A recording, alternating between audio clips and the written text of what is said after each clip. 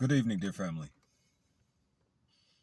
I'm going to title this video Galactic Sun Parables. I want to see if I can add a more intuitive frame of mind to my family's well-being of thinking. These are going to be called Galactic Sun Parables. What do I mean? For an example, there's a good sister of mine who does the tarot readings on the low, I believe, or she does tarot readings. Her channel is called Light. She has really cute little fluffy little afro. She's a good sister. I want to draw, first off, to you, sister, I'm going to say these words.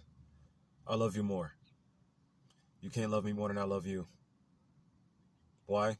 I'm still alive. For you. And for everyone. That's a story in itself. Moving forward, though. My good sister Light, you had a sun parable in your video. I have been working my way up to talking about this, so I want to repeat what you said to give an example of what I mean. The enemy's body orbits us as the planets orbit around the sun. We are the sun. The sun.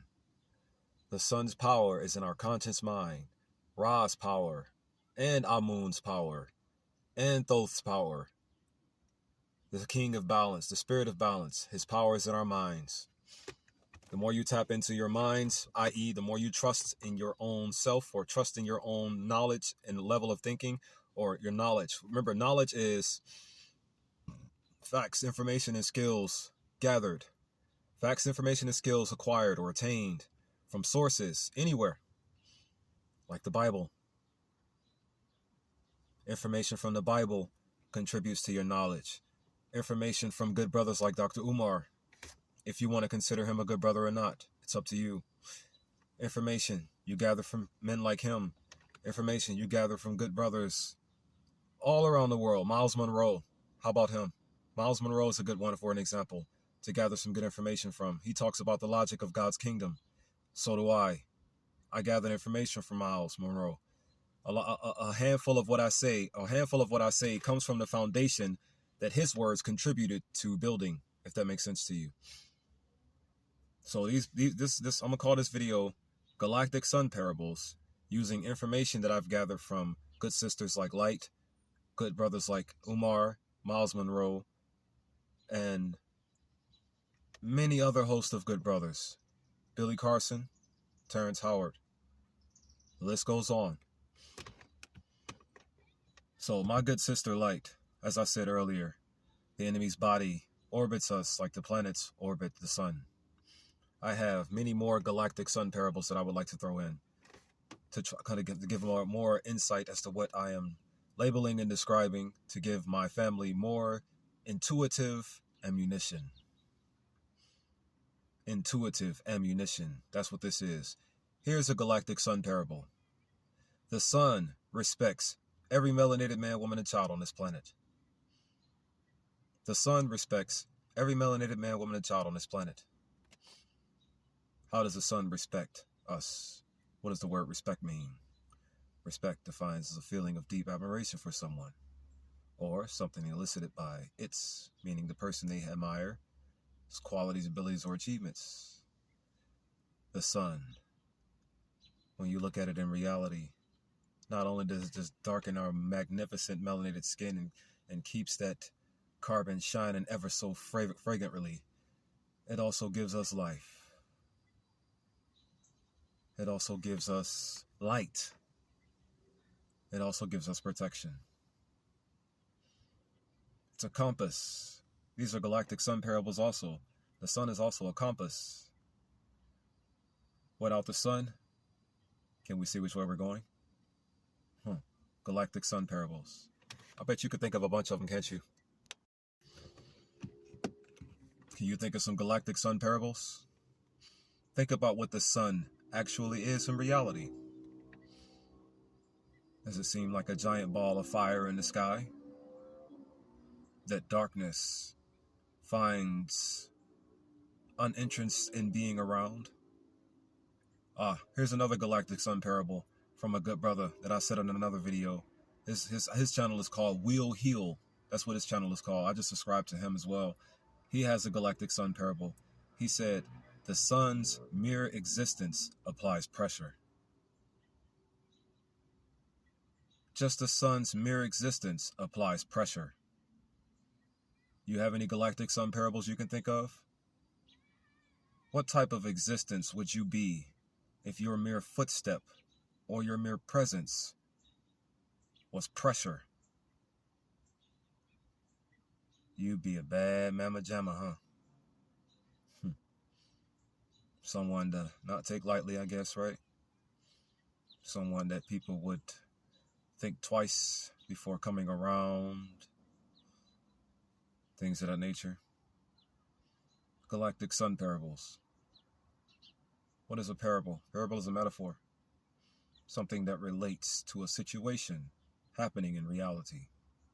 Or facts or information to label and describe a situation transpiring in reality. That makes sense to you? That's what a parable is, a metaphor, how something coexists, how something, using words in a non-physical style of labeling and describing something, can coexist with the reality that you walk in. Here's another Galactic Sun Parable.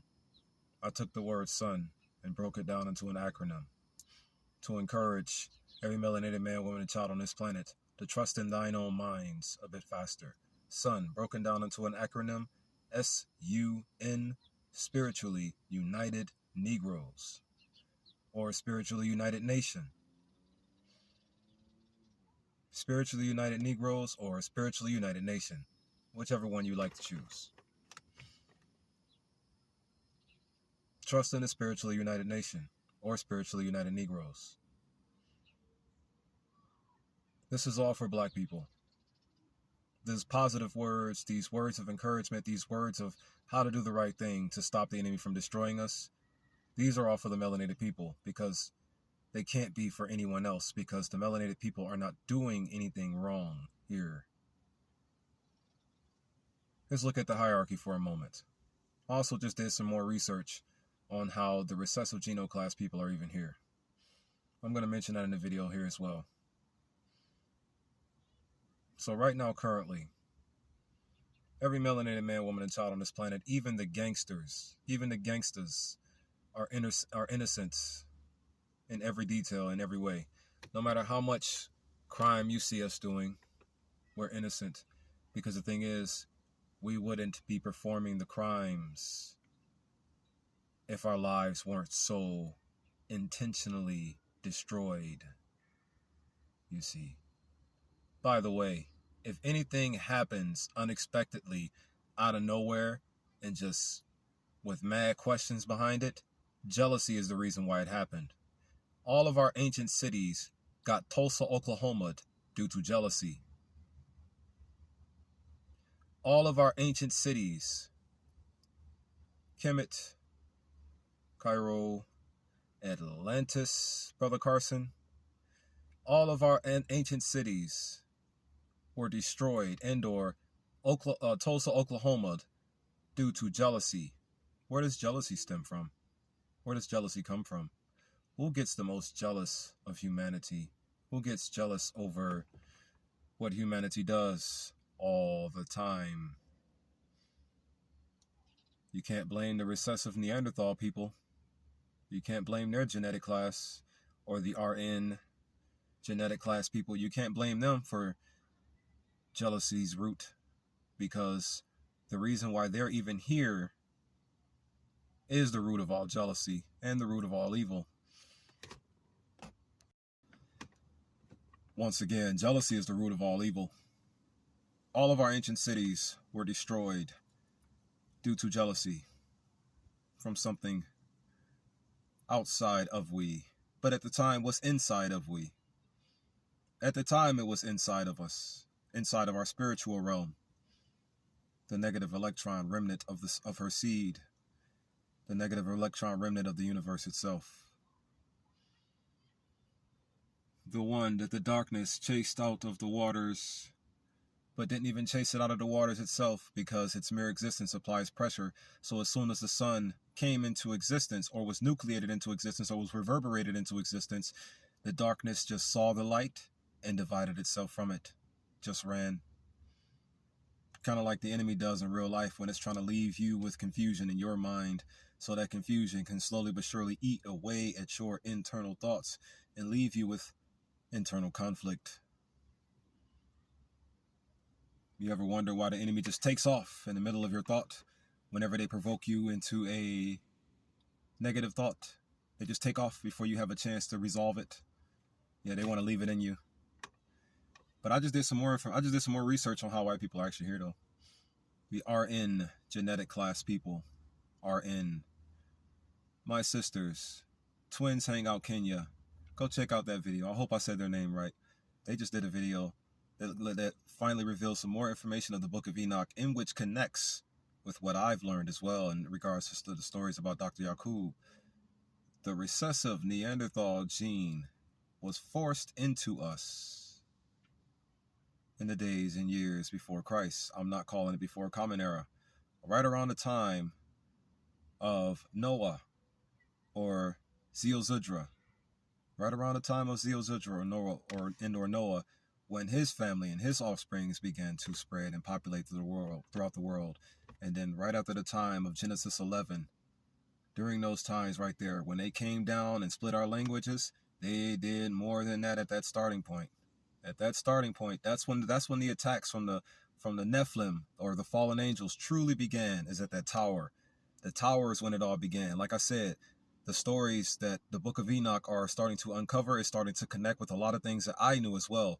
So, the Tower of Babel, Genesis 11, look at what they do. So we allow them to do this, and they build this tower, and this is what they do. And then more angels come and say, come now, let's go down there and confound their language, or confound their tongue, right? Got to look through it again so I can register it again. What is the word? I'll think about it later. Moving forward, though. So not only did they come down and confound our language, they also came down and mixed with us, genetically tinkered us, as Brother Billy Carson is always talking about. A lot of these stories from the Book of Enoch started at the Tower of Babel. It all started at the Tower of Babel. A lot of them did. From what my understanding sees, the more information that surfaces, a lot of that story, a lot of everything started at the Tower of Babel. It all did, because it seems like that's when the Lord God gathered the most fear of us, because of how fast we were multiplying and migrating and things of that nature, And then we wanted to build a tower to be reconnected, so we wouldn't get caught by the flood that the Lord God sent to our lives to destroy us again. You follow me? Because the Lord God is what caused us to be so evil in the days of Noah before the flood. And then after the flood is when our family began to build the tower. And that's what put fear into the Lord God's heart of us. Decided to send all of its angels to confound our language and divide us amongst the entire planet. But not only that, they were the Lord God's seed angels, the Lord God's angels were also raping us and mixing their genetics in with ours. And that is what gave us the recessive/Neanderthal gene. The recessive and/or Neanderthal gene. There's many different names, one method of operation. Take away your melanin. So the recessive Neanderthal gene we got those from the fallen angels. We didn't start off with them. And that's something. We didn't start off with them at all. Galactic Sun Parable. Or Galactic Sun Parable question. Why does the sun kill them? Why does the sun harm them? Why are they like vampires in real life? I know why now. Their genes are all messed up and deprived. Gotta fix them, huh? Somehow, maybe? Just gonna say it. Who knows if I really want to or not, though, huh? No one knows. I'm just gonna say it. Nobody else is. Moving forward. So, the fallen angels, or the Nephilim, they raped the recessive Neanderthal gene into our people, which then in turn created the brown people millions of years later. Of course, it was circumcision. Also, of course, it was constant wars. It was constant famine, constant diseases, constant attacking, destroying ancient city after ancient city. You know how it goes. just ensure we will not live a good life at all every single day. And right now it's the current world government. Still illegal and artificial and fake, of course, but moving forward. So yeah, that then brings about the brown people. Or just one of the ways that the brown people got here, should I say. Recessive Neanderthal genes that came from the fallen angels, BKA the Nephilim. And here we got stories in the Bible telling us that we can't mix with them. They were mixing with us all the time. Remember, the enemy is a lie and a truth concomitantly. It'll tell you one thing, but then do something completely opposite. Or it'll tell you you can do something, but then tell you you can't do it at the same time. Just like they would also do something, but then tell us that we can't do it. Double standard, so to speak, right? But moving forward. So, the Nephilim are another reason as to why we have Aboriginal people. The Nephilim are. So now, once we got those brown people, this is where Dr. Yakub comes into the picture. 6,000 years ago. Or 64 and 23 to be exact. He is tasked by the Lord God to go get those people, to go scour the earth and search for those people. He was tasked by the Lord God to scour the earth and search for those people. He was tasked by the Lord God to scour the earth and look for those people. Now, Dr. Yakub kidnaps those people, puts them through, if you've studied the stories, force breeding, grafting. He did some research on how magnets can pull things apart and down simultaneously. Kind of like, you just tearing something down like that. He recognized how magnets can do this. So like a Galactic Sun Parable, he had a magnet parable that he used inside of Aboriginal people that had the recessive Neanderthal gene raped into them to become brown people. So he kidnapped those people. He put them through breeding, 600 years. Within 200 years, a more lighter brown version came by force breeding them and grafting their genetics down simultaneously. The magnet parable. Force breeding, 200 years, light brown people came. 200 years after that, 400 years in time, yellow people came. And then the final 600, after doing the same procedure, the grafting, the genetic grafting, and the force breeding, and the abortions, 600 years, the very first fully recessive Neanderthal man showed up. At least that's how that story contributes and or connects to what the Book of Enoch was talking about. And now, there are people on this planet that have had their melanin taken away from them that can no longer even survive in the sun like they used to be able to. Not too long ago. This video is going to be called Galactic Sun Parables, though. Just wanted to reveal also, too, that more information that I've gathered. Shalom, shalom, and shalom. This is not a victim mentality. I'm just aware of what struck me, aware of what's stricken we, and aware of what will not stop striking us at all. Which is why it ain't about a competition with me. It's only about the awareness and knowledge of what needs to be stopped, the strikes. I don't desire to be your king or your leader. I only desire to do or say something that will defend and protect you from the strikers. Therefore, love your neighbor as you love yourself. Matthew 22:39. Defend your neighbor as you defend yourself. At least those who are worthy. Be lifted in the spirit and walk good forever. Peace, love, unity, and advancement to you all, my family.